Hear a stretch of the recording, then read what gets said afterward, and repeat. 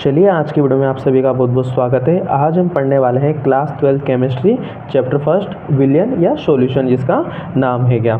हमारे YouTube channel पर आज से केमिस्ट्री की क्लासेस स्टार्ट हो गई हैं और केमिस्ट्री के साथ साथ सभी सब्जेक्ट की क्लासें आपको हमारे यूट्यूब चैनल पर देखने को मिल जाएंगी, जैसे कि physics, chemistry, biology, maths, Hindi, geography, इन सभी सब्जेक्ट की क्लासें हमारे चैनल पर आपके लिए डेली अपलोड कर दी जाएंगी। तो आप चैनल को सब्सक्राइब करके रखें, वीडियो को ज़्यादा से ज़्यादा शेयर करें और जितनी भी क्लासें आपको पढ़ाई जाएंगी उस दिन की सभी फ़ोटोज़ आपको PDF के रूप में हमारे टेलीग्राम चैनल पर मिल जाएंगे। तो आप हमारे टेलीग्राम चैनल को भी ज्वाइन करके रखें। तो अब पढ़ते हैं डायरेक्ट चैप्टर फर्स्ट विलियन क्लास 12 सॉल्यूशन जिसको बोलते हैं। तो देखिए इसमें सबसे पहला टॉपिक है आपके पास मिश्रण, कि भाई मिश्रण क्या होता है।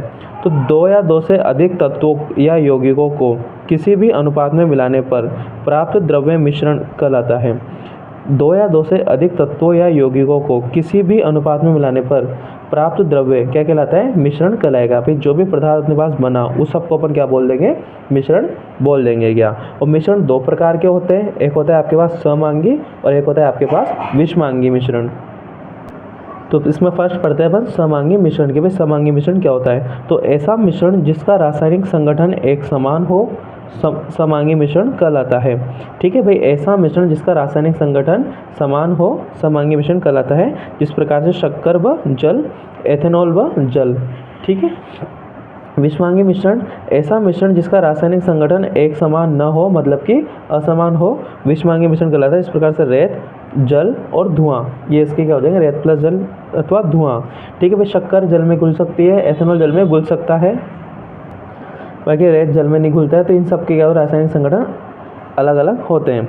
अगला देखिए, प्रकृति में बहुत कम पदार्थ शुद्ध अवस्था में पाए जाते हैं, अधिकांश पदार्थ मिश्रित अवस्था में पाए जाते हैं। फिर प्रकृति में बहुत ही कम ऐसे पदार्थ है जो शुद्ध अवस्था में अपने पाए जाते हैं, बाकी जो कुछ एक पदार्थ है जो क्या होते हैं मिश्रण अवस्था में पाए जाते हैं। जिस प्रकार से पीतल, अब पीतल किसका मिश्रण होता है, तो पीतल कॉपर तथा जिंक से बनी हुई मिश्र धातु होती है, तो ये इनका मिश्रण होता है।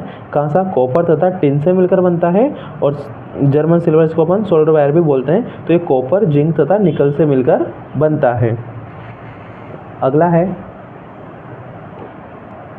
जल में उपस्थित फ्लोराइड आयनों की 1 ppm मात्रा दंत क्षरण को रोकती है, जबकि इसकी 1.5 ppm मात्रा दांतों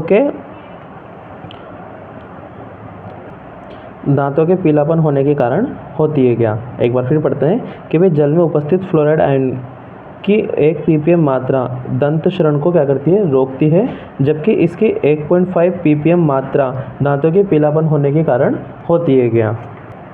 अगला पॉइंट है सोडियम फ्लोराइड का उपयोग चूहों के जहर के रूप में किया जाता है। अंतःशिरा इंजेक्शन हमेशा लवणीय जल में एक निश्चित आयनिक सांद्रता पर घोले जाते हैं जो रक्त प्लाज्मा की सांद्रता के क्या होते हैं, समान होते हैं। अब देखिए ये तो था आपके मिश्रण वाले टॉपिक के कुछ बेसिक्स पॉइंट थे। अब आपके आएगा विलियन, यहाँ से आपका चैप्टर मेनली स्टार्ट होता है क्या। ठीक है, तो दो या दो से अधिक शुद्ध पदार्थों का समआंगी मिश्रण क्या कहलाता है, विलयन कहलाएगा। समआंगी मिश्रण, ठीक है, क्या कहलाता है, विलयन कहलाता है। विलयन दो घटकों से मिलकर बना होता है, एक तो विलय और एक होता है विलायक। विलय और विलायक इसको बोलते हैं सॉल्यूट, इसको इंग्लिश में बोलते हैं सॉल्वेंट। तो देखिए विलय क्या होता है, विलयन में अब इन दोनों से मिलकर क्या बनता है, विलयन बनेगा आपका इन दोनों से मिलकर। तो इसमें विलय क्या होता है, तो विलयन में उपस्थित वह घटक जिसकी मात्रा कम होती है क्या कहलाएगा, विलय कहलाएगा। ठीक है, और विलायक क्या होता है, भाई इसकी कम है तो इसकी ज़्यादा होगी। विलयन में उपस्थित वह घटक जिसकी मात्रा अधिक होती है क्या कहलाती है, विलायक कहलाती है। और ये दोनों मिलकर किसका निर्माण करते हैं, विलयन का। तो विलय प्लस विलायक क्या हो जाएगा आपका, विलयन हो जाएगा। विलयन में उपस्थित वह घटक जिसकी मात्रा कम होती है विलय कहलाएगा, और विलयन में उपस्थित वह घटक जिसकी मात्रा अधिक होती है विलायक कहलाता है। और ये दोनों आपस में मिलकर क्या किसका निर्माण करेंगे, विलयन का निर्माण करेंगे। सीधा सा क्वेश्चन आ जाए कि विलयन क्या होता है, तो विलय तथा विलायक आपस में समआंगी मिश्रण को क्या बोलते हैं, अपन विलयन बोलेंगे। विलय क्या होता है कि भाई पदार्थ, मतलब कि विलयन में उपस्थित वह पदार्थ जिसकी मात्रा क्या होती है, कम होती है विलय कहलाएगा, और जिसकी ज़्यादा होती है विलायक कहलाएगा। इतना सा आपको करना है। यदि किसी विलयन में विलय व विलायक समान मात्रा में हो यदि किसी विलयन में विलय तथा विलायक समान मात्रा में उपस्थित हो जिसका परावैद्युतांक अधिक हो, मतलब कि घुलने की क्षमता, परावैद्युतांक क्या होता है, घुलने की क्षमता अधिक होता हो, वही विलायक होता है, वही विलायक कहलाएगा। मतलब कि भाई दोनों की मात्रा अपने पास समान है, बट अपने यहाँ पे लिख रहे हैं भाई जिसका परावैद्युतांक अधिक होता है, मतलब कि जिसकी घुलने की क्षमता अधिक रहेगी वो आपका क्या कहलाएगा, विलायक कहलाएगा क्या, ठीक है। और जिसकी घुलने की क्षमता कम रहेगी वो रहेगा आपका विलय। अगला पॉइंट है इसमें, सर्वाधिक परावैद्युतांक जल का होता है, जिसका 80 होता है, इस कारण जल को सर्वाधिक विलायक कहते हैं, सर्वाधिक विलायक कहते हैं। अगला पॉइंट है, विलयन की भौतिक अवस्था विलायक की भौतिक अवस्था पर निर्भर करती है। विलयन की भौतिक अवस्था विलायक की भौतिक अवस्था पर निर्भर करती है, क्योंकि विलायक की मात्रा अधिक होती है। इसी कारण क्या है, विलयन की भौतिक अवस्था किस पर निर्भर करती है, विलायक की भौतिक अवस्था पर निर्भर करेगी, क्योंकि उसमें क्या है, विलायक की मात्रा हमेशा अधिक होती है। क्या विलयन के प्रकार, अगला है अपने पास द्विअंगी विलयन।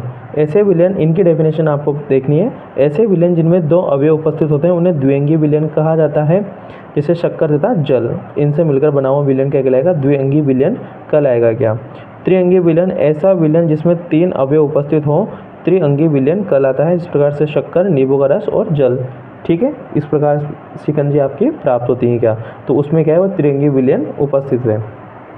अब देखिए विलयन की भौतिक अवस्थाएं किस प्रकार हैं।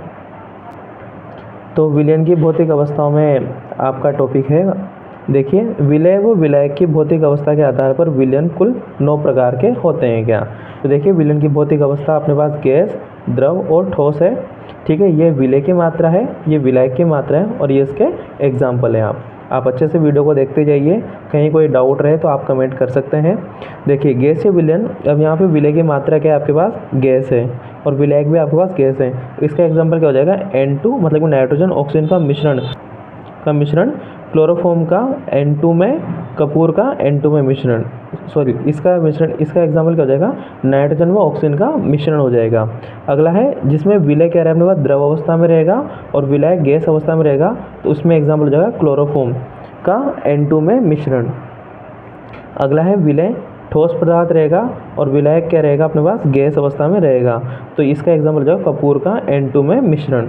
अगला है द्रवीय विलयन, तो इसमें विलय गैस है और इधर अपने पास क्या रहेंगे भाई, जो अपन पढ़ेंगे उसमें विलायक की मात्रा क्या रहेगी, वो का वही हो जाएगा। क्या विलयन की भौतिक अवस्था अगर द्रव है तो इसमें द्रव हो जाएगा, अगर ठोस है तो ठोस हो जाएगा, और इनको गैस, द्रव, ठोस के रूप में अपन को लेना है। तो गैस द्रव का जब अपने पास एग्जाम्पल आएगा तो इसमें देखिए जल में घुली हुई नाइट्रोजन गैस, द्रव का एग्जाम्पल आएगा तो जल में घुली हुई एथेनॉल C2H5OH, और ठोस द्रव में आएगा तो जल में घुला हुआ ग्लूकोज। अगला है गैसीय विलयन, तो इसमें विलायक की मात्रा क्या हो जाएगी, सब में ठोस आ जाएगा, सॉरी ठोस विलयन है, तो गैस इसमें रहेगा, और गैस क्या है, विलयन की मात्रा है, और विलायक में कौन है, ठोस, तो H2 का Pb सतह पर अधिशोषण हो जाएगा। और द्रव ठोस में रहेगा तो मरकरी का सोडियम के साथ अमलगम हो जाएगा, जो मिलकर सोडियम अमलगम का निर्माण करेंगे। और ठोस में तांबे का सोने में विलयन, ठीक। तो आज की वीडियो में इतना ही। नेक्स्ट वीडियो में आपको आगे की, तो नेक्स्ट क्लास में आपको विलयन की सांद्रता की इकाइयाँ ज्ञात करने की विधियाँ अपन पढ़ने वाले हैं। तो इस वीडियो में इतना ही। तो वीडियो को ज़्यादा से ज़्यादा शेयर करें, लाइक करें और चैनल को सब्सक्राइब करें। पूरी वीडियो, पूरा सिलेबस आपके लिए डाल दिया जाएगा, बिल्कुल निश्चिंत हो जाएं, और आपके 56 में से 56 ही मार्क्स आएंगे, इसकी गारंटी हम लेते हैं। और एक भी क्वेश्चन हमारे नोट्स से आउट नहीं जाएगा। बस वीडियो को अंत तक देखें और अपना प्यारे चैनल पर हमेशा बनाते रहें। तब तक के लिए धन्यवाद।